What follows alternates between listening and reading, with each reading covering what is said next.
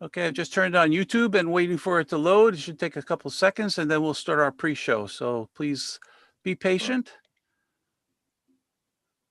Seems to be going okay. And according to this, we're now live on, okay, we're live. I'm going to start the webinar. Here we go. Webinar starting. The webinar is now live. So again, gentlemen, I just turned on the program. This is our pre-show and welcome for everyone. We always open up the doors a few minutes early in order to let everybody start coming in. I can see participants already starting to join us. And we'll be starting the program officially at 2 o'clock. And I see Alan. I see Alan there in Australia. I see Perry in Malaysia. And Frederick, our guest speaker for today, is in France. So welcome to all of you. Let's say hi, just a quick hi from everyone and tell us what's going on. Alan's microphone is muted. Alan's microphone is muted. So he's going to unmute his microphone first and he's going to say hello. Got it. Yeah, thanks very much, Andy. And great to see what we've got 54 people already coming through. Welcome, everybody. Thanks for joining us for another 30-minute talks. And as Andy said, I'm coming to you from Perth, Western Australia, but this is a trick question. I don't think the Sydney Harbour Bridge is in Perth. Some of you might know where it is. I think the name has kind of given it away, Alan. So for anyone else who might be wondering where I am without the Sydney Harbour Bridge behind them, hint, hint. It's great. It's a wonderful day here in Kuala Lumpur, even though it's looking a little bit dark behind me. I thought we'd go for the nighttime view of the Twin Towers here in Petronas Twin Towers in KL. So another interesting week continuing here in Malaysia. Second localized lockdown. Our numbers have been unfortunately haven't shifted down that much. So we'll see where Malaysia goes, but about 1,000 cases a day here. So the situation has somewhat stabilized here.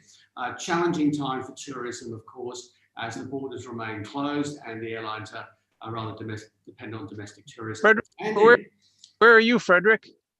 Hi, everybody. I'm in France at the moment. It's still nighttime, although my picture is daytime. And it's okay, the sun is about to rise. And I'm in the city called Lyon in the southeast of France. Same thing, we are all in lockdown, a lot of cases, COVID cases, so it's still a crisis time. So, but here is safe, so it's a safe space. I'm very happy to be here with you today. Very good, excellent. Okay, just to remind everyone, if you're joining us now, please, we have 72 participants signing in, more people coming all the time. Please use the chat room to say hello. You tell us where you're from, what school you're from. We have a lot of schools from around the Philippines, some from the US, some from Macau, some from all over. I don't know where, they're all over the place. So please say hello in the chat room.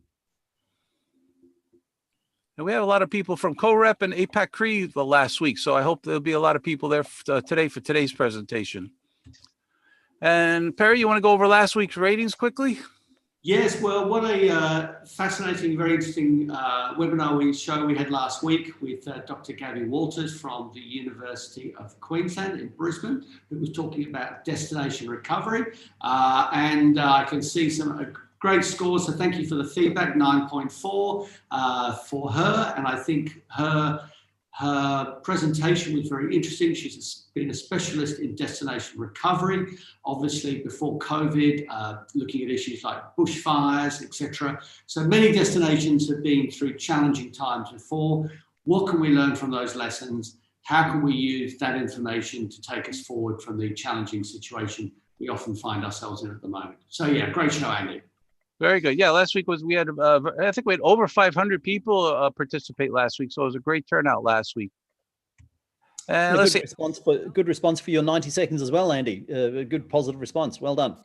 Well, last week I did about 90 seconds last week, but this week we have Alan Williams has put together this 90 seconds. I don't even know what the title is this time, so I'm going to be surprised when I see it for the first time today.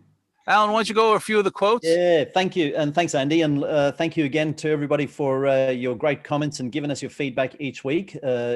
As you know, to get the certificate, you need to fill out the survey, and most of you give us good positive comments, so thank you. First comment is a short walk with a lot of knowledge and learnings from Marcel Kelly. Thank you very much, Marcel. And the webinar was an eye-opener. It made me aware of the factors affecting the image and reputation of a tourist destination that I was not aware of before. So that's fantastic. Good to know also that 30-minute talks is not only informational, but also part of growing our knowledge. Thank you for the comments. Perry, would you like to add some of those other comments? Yeah, sure. I mean, I thought it was great from Abigail, who said, for me, it's the perfect title webinar, producing information for people about current events. And that's really what we've been trying to do, over the last 6 months that we've been running 30-minute talks. And last from Daryl from the Philippines University, 30-minute talks is an informative webinar that educates people through social media by providing credible information to the public. And that's what we try and do. We try and bring you experts, people who can bring you the latest information from their destination or from their topic of expertise, whether it's in research or from industry, from academia. So Andy, back to you. Yeah, and as always, we want to let everyone know that we do issue e-certificates for this program. So if you're here and you watch the program, wait until the end of the program. We will give you the link and a QR code that will take you to the survey that you must complete in order to be receive an e-certificate. And the key thing is, I tell everyone, you must provide 3 key learnings. So when you fill out this post-event survey, make sure you put your 3 key learnings, or I will not send you a certificate. So I send a special note to those students saying no certificate for you because you didn't fill out the survey properly. So it takes more time to follow up afterwards. So please fill it out completely and get it to us and fill out the survey right after the event. But if you do it by Friday noon, and it's okay. So please, we have a lot of our academic partners from UNLV, LPU, University of Santo Tomas. All of our partners are on the certificate. It's a beautiful certificate, and we hope you'll get one by filling out the survey completely. And as always, we always have a pre-show survey, just a fun little survey to warm us up for today's program. And so today's question is in line with today's topic, and is how many times do you eat out how many times per year do you make plans to enjoy fine dining experience at an expensive restaurant? So, when you say expensive an expensive restaurant, I'm going to open up the poll right now. So some people, how many times do you go out? I go out once, never. I always eat at home. I never go out for an expensive meal. How about once a year for my birthday? That's a good one. I like that, once a year for my birthday. I always go out 4 times a year with my family when my family pays. That's a good one. I enjoy eating out at least once per month with my friends. I take dates out to a nice restaurant every week. That's if you're be very busy, very expensive way to date. I eat at a fine dining restaurant every day. And I put on that, really? Who? I don't think anybody eats out every day, but it's on the survey. So please go ahead and take a minute to respond. We're starting to get a lot of people that 4 times a year. Some people eat out at least once per month. So those are all different choices. How about you, Perry? How often do you eat out, Perry? Well, used to eat out here in Malaysia a lot. Malaysians love food, so eating out was something I'd be doing literally every day, or dare I say more than once a day. But when I grew up in the UK, it was very much like going out for birthdays, maybe once a year. We hardly ever went out. That was really not part of the culture that I sort of grew up with. So for me, one of the wonderful things about living in Malaysia is always something to look forward to. I used to eat out almost every day when I was a kid. Well, because my father owned a restaurant, so I had to eat there. It was okay. And Alan, I'm going to end the poll right now, and let's take a quick. Why don't you go over the results, Sarah? Alan. As always, Andy, interesting results. Looks like the most popular one today is once a year for my birthday. But, following close behind that is 4 times a year with family when they pay. And of course, I enjoy eating out once a month with friends, close behind that as well. So as Perry and Andy have said, maybe it depends on where you live in the world as to what the eating out habits are. And we're looking forward to Frederick's presentation, because there's going to be a lot more information in some of that later today. But thank you for giving us your feedback, everybody. And thank you for joining in the poll. And Frederick, you didn't tell us, how often do you eat out? Every day. Every day. It's a joke. It's French. It depends. We'll see. It really depends on the location, actually. Yeah, I agree with that. I agree with that. Okay, this is our pre-show warning. I'm going to ask everybody for a couple seconds of silence, and now we'll start the official start of the show. Yes, we are recording this program. Yes, it is being shown on YouTube as we speak. We do post a copy of the video on our website, and that'll be on there in a day or two. So all of our videos are located on our website. If you want to see any of our past programs, you can see it there. So everybody take a quick break. I'm going to do a 10-second break, and then we will start the program.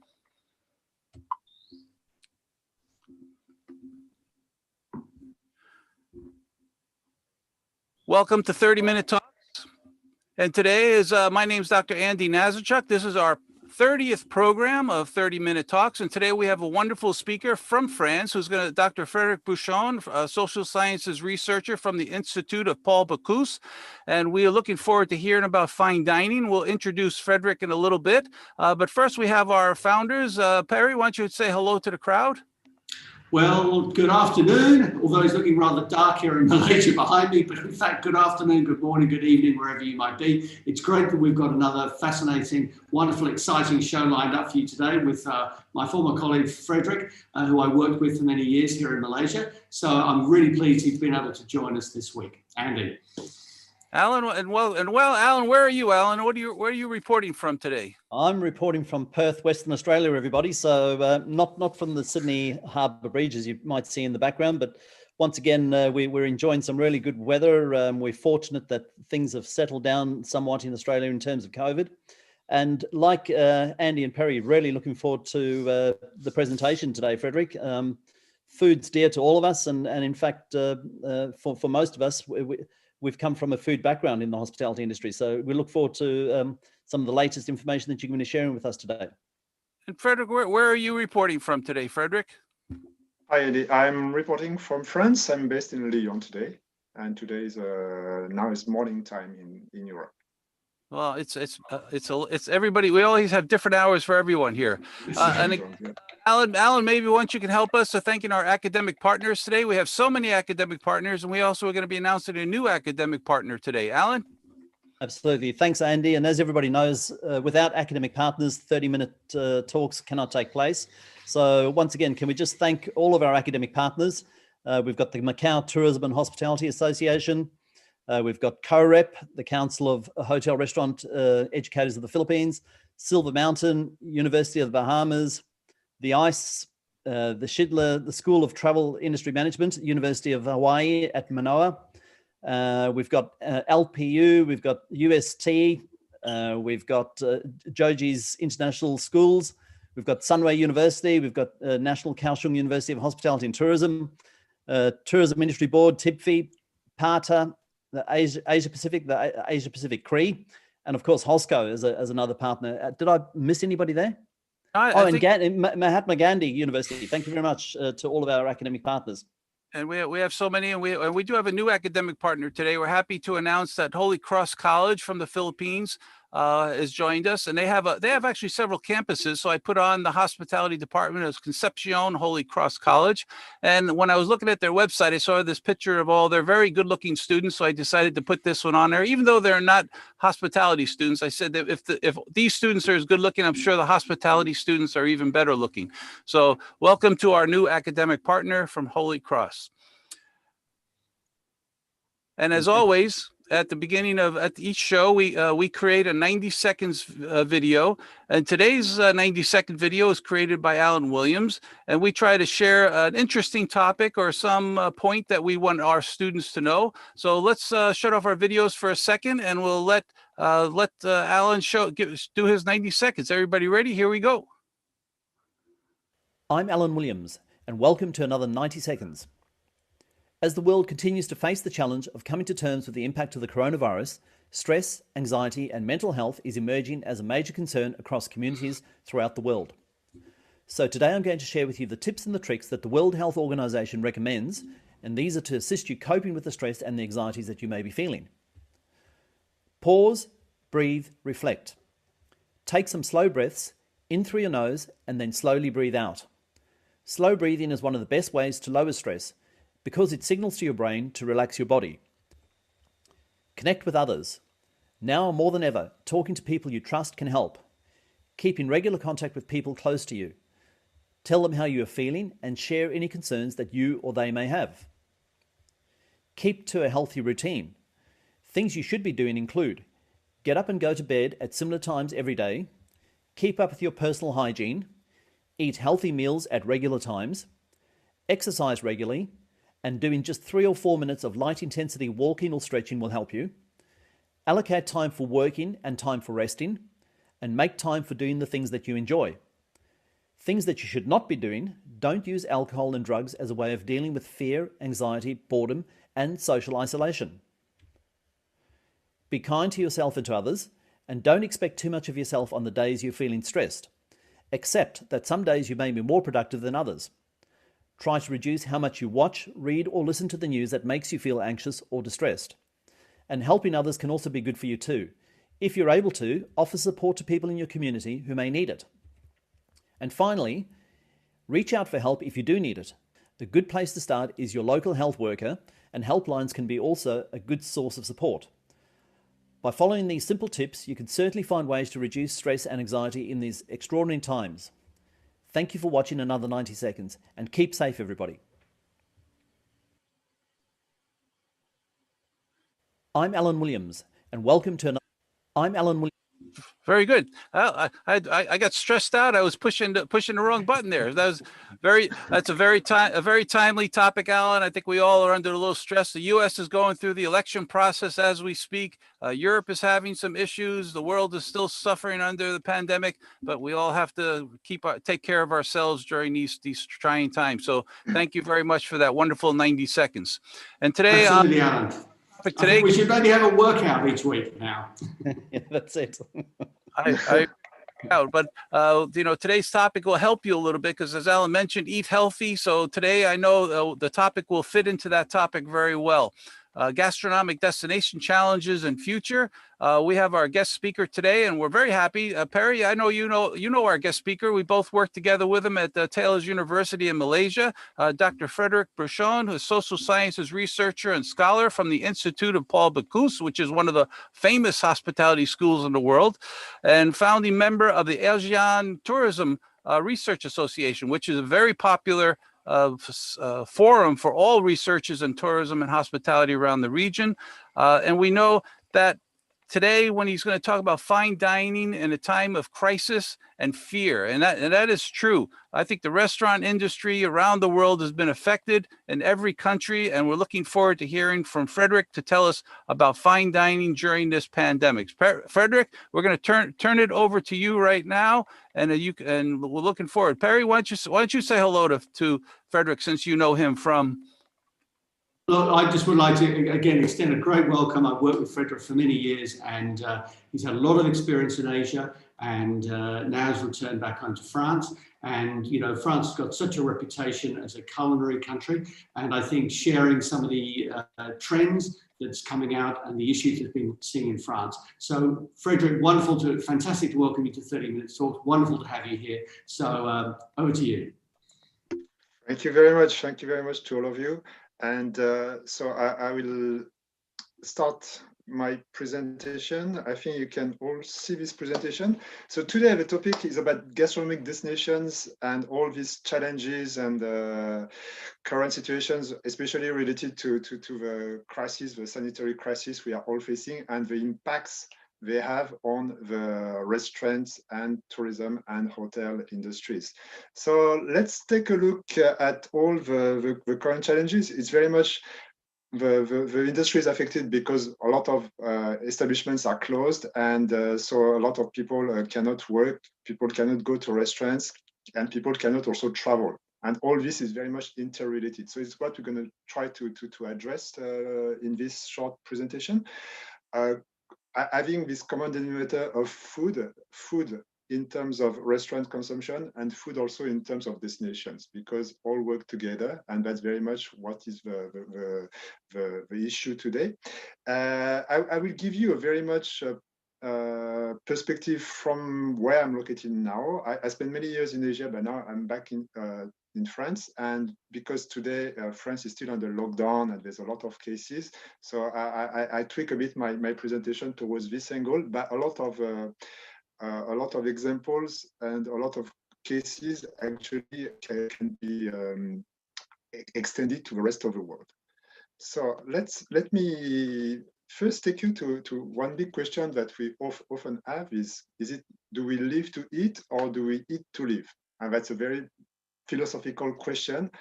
We all have different answers, and I think it's also very much related to where we live, because sometimes the preoccupation will be more on the art of eating, and sometimes more on the art just of living, and where the eating part becomes secondary. And it depends also on certain ages of that we go through. So, but anyhow, food is very much an expression of our own identity and culture in the place we live, the place we were born, perhaps as well. And it's also often a key defining factor to illustrate a place. And when it comes to tourism, it's also a good match between the destination and the culture through this prism of food. And by the way, UNESCO, in its World Heritage list, also incorporates food as one of the tangible and intangible element of its denomination, meaning that it's recognized also as a key identity and cultural element of any society. When we come to tourism, most of tourists will dine for leisure, because when we travel, we seldom have time to cook, so we go and patronize different establishments.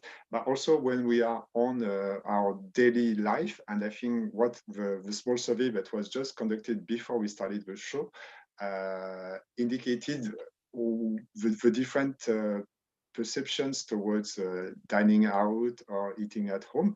And I'm going to show you a bit the different areas of the world and the different relationship to the fact of dining out.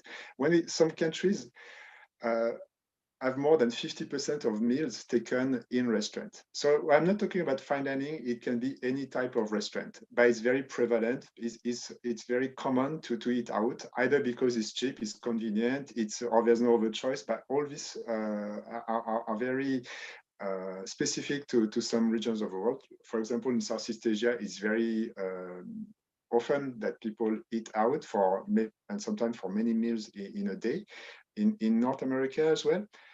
When we move to other regions of the world, we can see some differences. Like UK, Italy, it's about 1/3 of the time, or even less, people take their meals in restaurants. And in that statistics, we include also when we eat while we are working for lunch, or if we eat in a cafeteria, all these type of restaurant patronizing are included in this survey.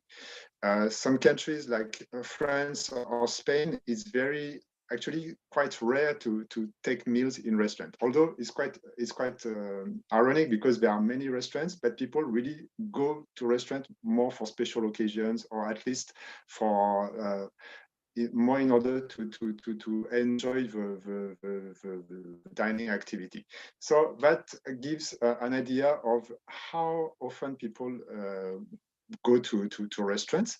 And I think in these days, it has a big impact on our practices towards dining. And this is also having an impact in the way we practice tourism. I was saying earlier that tourism and dining are very much interconnected, and that happens in many denominations, because when we talk about gastronomic tourism, we are not necessarily talking about fine dining. It can be any type of dining that goes from hawker and stores or market dining to top restaurants, also farm stay. Some countries are very developed in agritourism as well, are going for artisan producers and going to driving, going through wine or food trails, all these are part of this gastronomic tourism, or we could say also food tourism. And that often defines the destination. This, the food and the produces from the local destinations create the sense of authenticity and identity of that place. And it's also an important contributor to the decision to go for this particular destination. So actually, there are two types of destinations when we look at gastronomic destination. One might be more related to the fine dining experience, where actually the establishment becomes a destination per se, and the other one is more related to the region and the local produces that come from the agriculture of that region. So let's try to see what are these two type of destinations.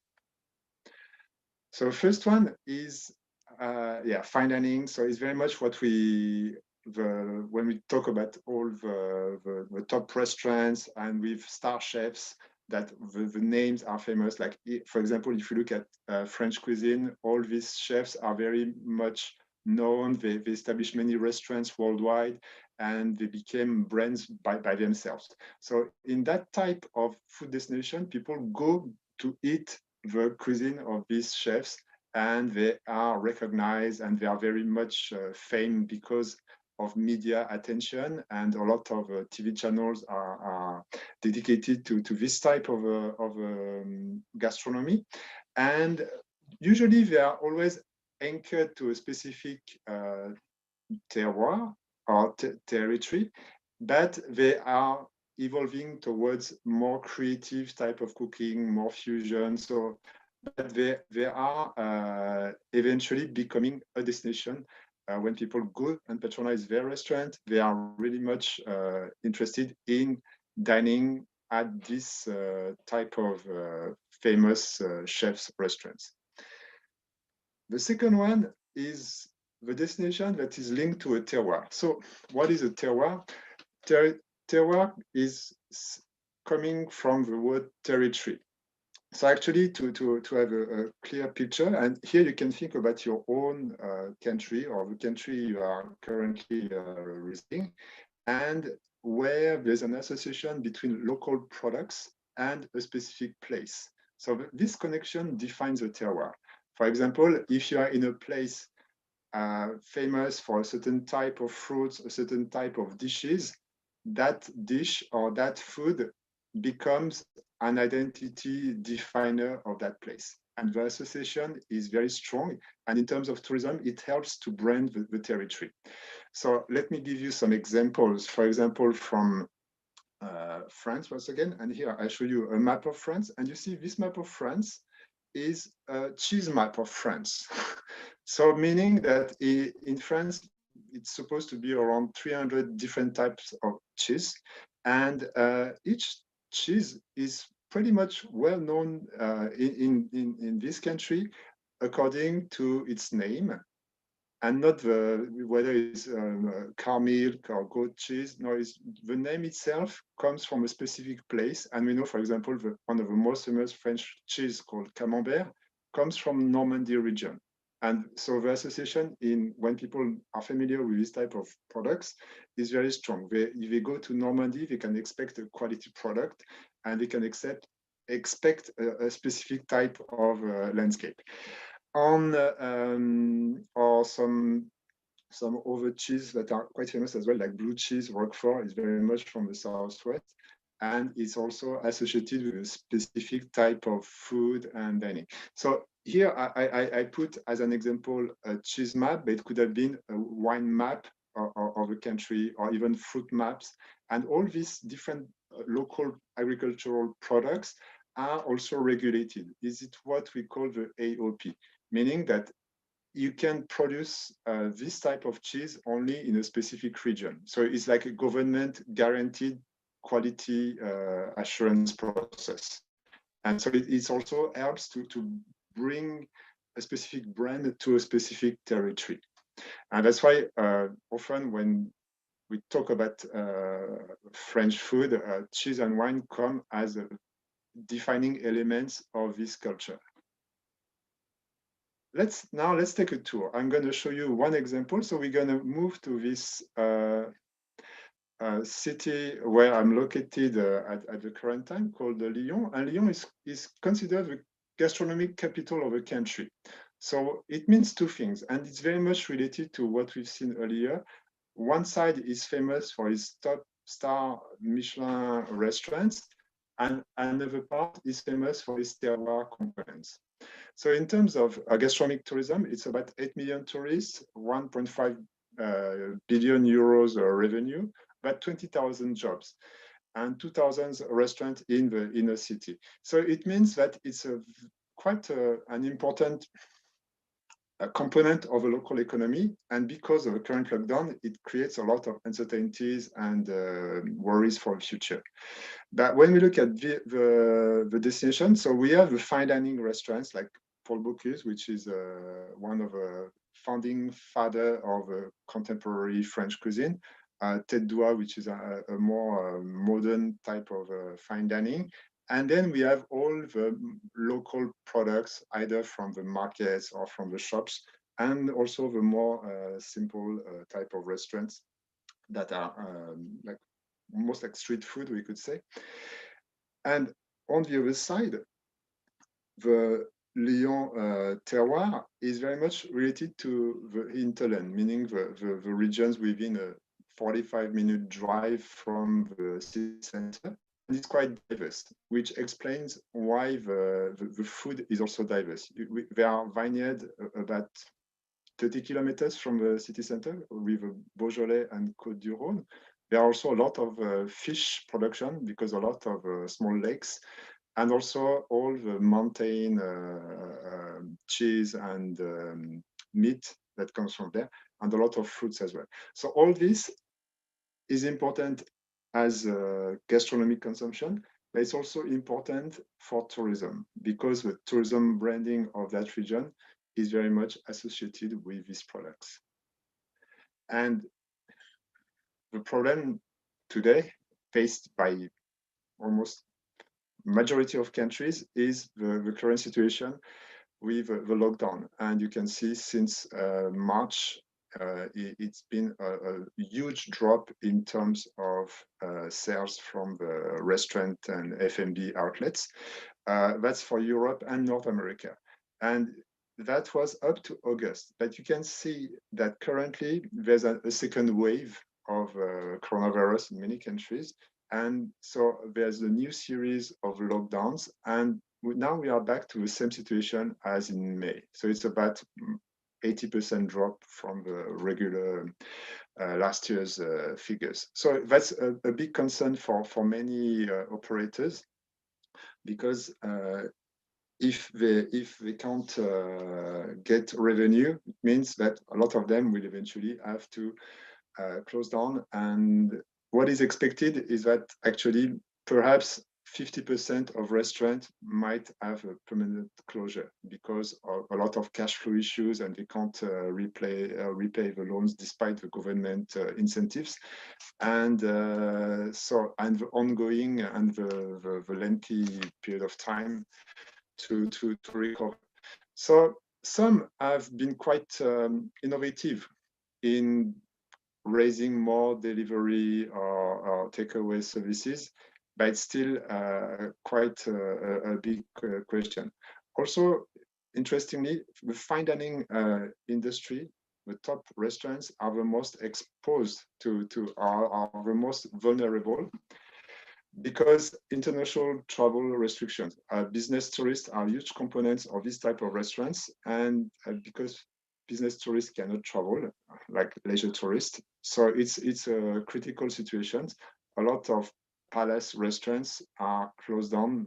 Some companies, like example Paris Shangri-La, you can see the picture here, is closed down for good. It was a 2-star Michelin restaurant, and Shangri-La decided just to focus on the hospitality and accommodation side, and to let the F&B component go. Yet there are some opportunities. As always, when there's a crisis, there are opportunities as well. So opportunities that actually emphasize an ongoing trend that was happening in terms of technological developments and also in terms of consumer and lifestyle expectations. So all this have been accelerated through this crisis. So there are opportunities also in terms of businesses, because if a lot of restaurants close down, we might expect some opportunities to take over, but we need the market to be back on track. So in terms of lifestyle, there's a huge turn in terms of demand for more healthy, more safe, more easily tracked type of products. And also the technology, the cooking technology shows a lot of possibilities to produce like organic meat and all these new possibilities that are also showing a potential shift in the way food is defined.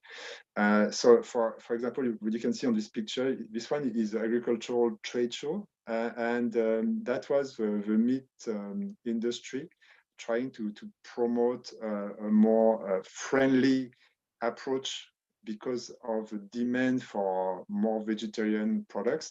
So they were advocating flexitarian diet while still selling meat, but you can see people were demonstrating because we were vegan people and trying to say it was a bit hypocritical to promote meat and yet to promote vegetarianism. So that's a lot, that shows a lot of the ongoing debate or discussion towards what is the ethical and healthy food consumption. So when we look at the shoppers, there are opportunities to reach out to the shoppers, developing and proposing products that are more traceable, where we can really go from the farm to the table and really identify the different steps of the products. Also, in terms of knowing better the nutrition value of a product, and this one, some countries are enforcing these labels where the consumer really knows how good or how bad is the product. Also, in terms of supply chain and delivery, making the online sales very much widespread, and having restaurants that are very much engaged in this eco and organic and vegetarian definition. And that combined explains the lifestyle trends where consumers really have this quest for health, wellness, and also the real thing. People are less and less enticed towards processed food or highly processed food, and they are really expecting more original and natural products. The problem that is often mentioned is the cost, because all these products are generally more expensive. So how to address that? How to address the need for quality product with an affordable price for the consumer. So in terms of quality products, we can see a wide range of new products coming to a market where they really explain that it comes from ethical producers, ethical distributors, and also that the quality of the product itself is here. Also, possibility to go direct into gardening or pick the vegetable and fruits from the farm. All this helps to reconnect to this notion of terroir, to go back to the territory, to the earth somehow. So an example in the combination of technology, innovation, quality products, and price is in wine, for example. You can see is a vineyard in the southwest of France. And here is the example of this wine that are sulfite free. So sulfites are used to stabilize the wine in the bottle and to have a better conservation. But the problem is not very healthy, it gives headache, and a lot of people are very uncomfortable when drinking wine because of that. So it's been a huge shift in some producers able to develop organic wine, and on top of that, organic wine that is also sulfite free. But it was very expensive because the labor, it takes more attention and more care because you can't use pesticides or any chemicals. But eventually now it's possible because of technological improvement to create sulfite-free wine. And this is the example of Bordeaux wine. So Bordeaux wine is considered quite a top wine usually and quite expensive, but you can see you can get now for 5 or 6 euros an organic and sulfite-free type of wine. So it's quite, it's starting to match the consumer's expectation with the possibility to have something quite affordable. And that takes us, we are still in the vineyard, but now we're going to look at it from a tourism perspective, because we were talking about these changes in food. Sometimes it's called slow food because we want food that is not processed, food that comes directly from the farm. And it has derived also in a slow tourism. And this year was particularly obvious because of the lockdown. Most countries have seen a huge development of domestic tourism because we couldn't cross borders. And the main beneficiary were not the big metropolitan areas, it was more the rural areas, because suddenly people wanted to be able to connect more with nature, to get away from this lockdown situation where everybody is a bit prisoner from home, and being able to go back to the nature, go back to a slower mode. And that also shows a similar trend, or at least a parallel trend, where there's a huge demand for a connection to the terroir. So, for example, cycling, boat or on canals or rivers, hiking. So all this, what we call slow tourism, was very much favored, and a lot of destinations that are rural destinations across Europe, but not only across Europe, has shown their best tourism year ever, because it was full of tourists. A lot of farmstays were full. You would want to rent bicycle, it was all taken. Renting canoes were all taken as well. So all these slow activities were very popular. So that shows this evolution of societies where people are expressing the desire to go direct to the real product, to be able to see the place of production, and that enables this type of tourism. And also to have opportunities for producers to directly sell their products, and hence to have F&B activities on site. So there's a trend that is quite, that was ongoing, but I really believe has been accelerated through the pandemic and is still ongoing. Of course, when things will go back to normal, we can expect a return to a more urban type of activities, and fine dining restaurants should benefit once again. But also there's this possibility that the demand for something more authentic or natural continues for a long time. So that's what is expressed in terms of combining food, terroir, tourism. So, for example, it's possible also to do like a grape picking to help a producer, but it's also a whole experience, because it's a very social environment and meet new friends, and it's a very much a natural activity. So a lot of people like it.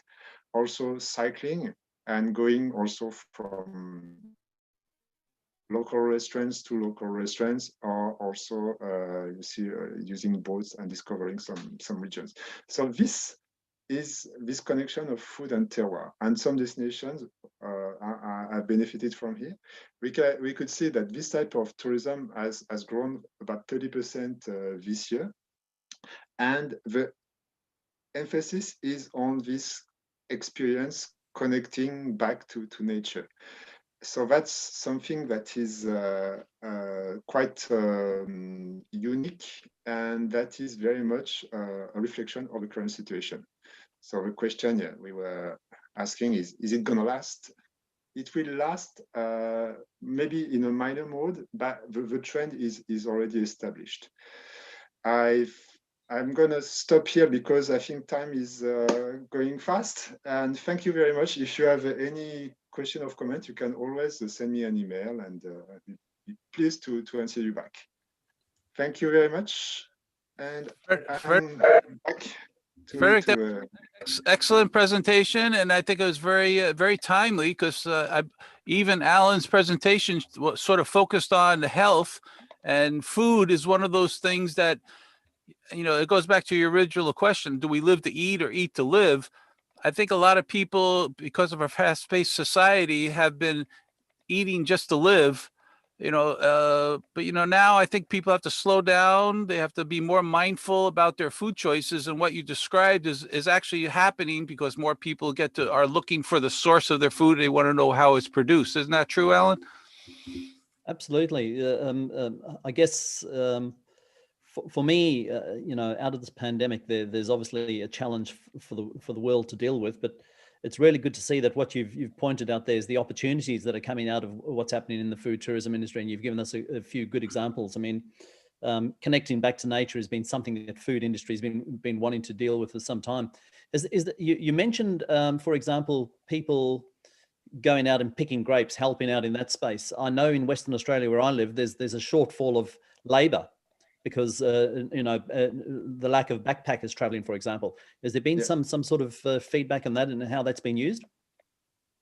Well, it was the same thing, because a lot of time it was seasonal workers coming, and because this time it was not possible to have workers especially from North Africa, so it has been branded, perhaps because of the situation, by some wine makers as, come and help us, we need some help. Of course, we're going to give you some pocket money, it's free accommodation, free food. And actually, it was very much on the social media, and it was a big hit, because a lot of people were either on furlough scheme or anything, and they were free. So they decided to come and help. So I think it was like 100,000 volunteers when they called for. That was about 2 months ago, when it was harvest time. So that's why it was something quite, people were a bit like thinking, wow, that's actually, because it was also interesting, because it was all on social media. And these people were trapped in their apartment in big cities, wanted to escape. And that was like a free holiday somehow. Yeah. So that was, I think they were very creative in trying to portray it in a very pleasant and fun activity. And that helped to serve the harvest. Frederick, you mentioned that people, restaurants are closing and doing delivery only and online sales. Do you see a big trend for more producers or more products to be sold direct to the customer and skipping the retail store, and because they don't have the restaurants, so they're saying we'll ship the food directly to your house. And I know in the US they have people get a box and it has everything you need for a meal for 2 or 3 people, and you open up the box and cook it. Is that happening in France? Yeah, same thing. Yeah. I saw that most of European countries, where first restaurant that couldn't have a dine-in service did that, because out of just to survive. And also producers, because some producers used to do producers market, and that was barred also by the government. They couldn't have markets, so they realized they could deliver as well. and then they would deliver a full basket of fruits or anything from their farm, and they realized actually the sales were better. Instead of waiting on the market for customers, because people don't go to market so much anymore unless they are really hardcore in that and they didn't have the time. And here, so I think this one will continue, because also the technology is quite accessible for producers. And in the past, we were not thinking of that because their mind was full with their daily activities, and they had time to realize it was not so complicated to establish this type of delivery within a small radius. But otherwise, they use the delivery platforms to reach out to the customers. You know, for Frederick, you said I'll get a little feedback. Tell me about your experience going back. You were in Malaysia for several years, and then you went back to France. What was the biggest difference, cultural difference, concerning your gastronomic experience between the two? Okay, I think it's very interesting because both countries are very much food countries. People love food in Malaysia, people love food in France, but I think it's expressed differently.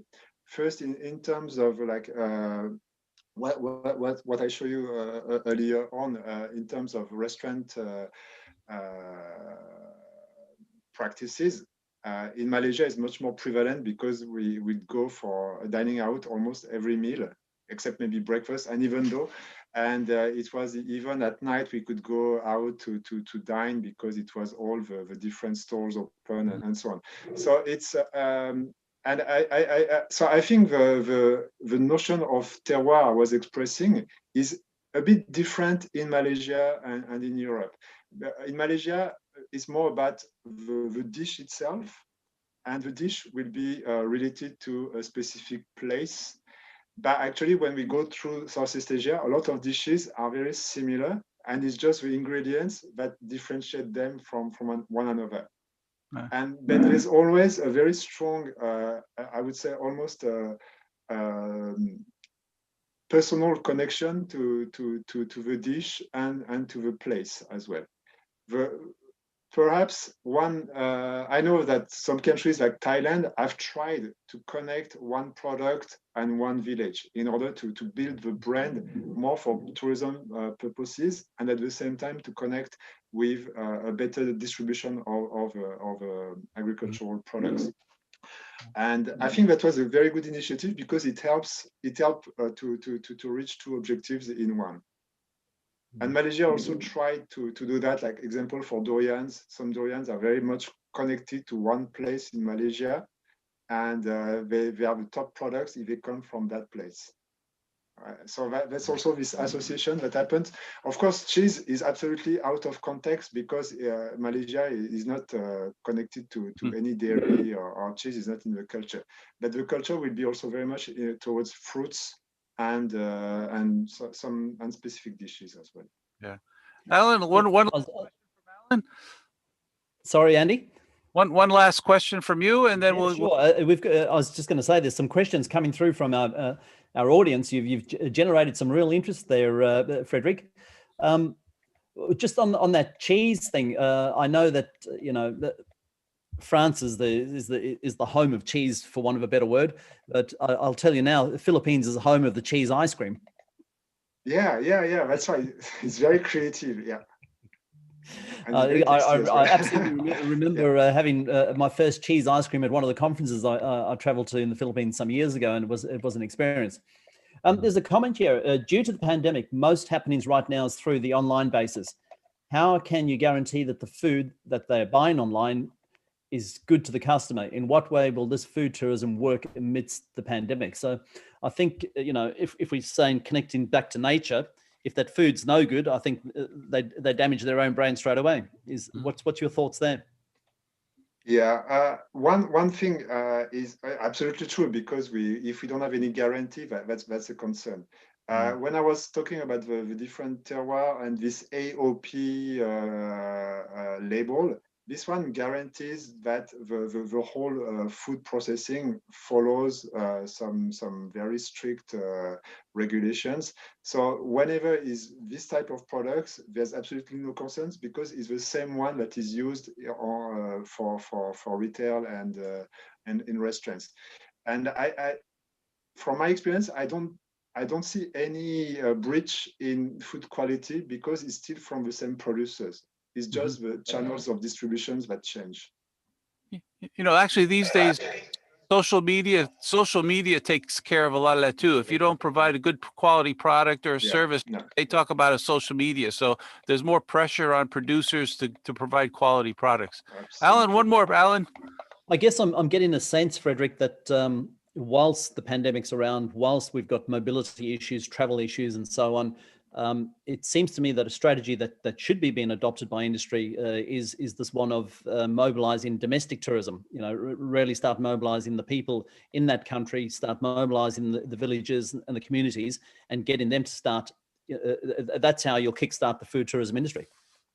Absolutely, and actually, it was a kind of an eye-opener for many rural destinations, domestic destinations that were always thinking of themselves in a very almost negative way, thinking they would never be able to attract tourists because they were so isolated or without any assets. And actually, now they realize they have everything because they have often nature, a nice pristine environment, and they can, and it's not very complicated to switch to host tourists.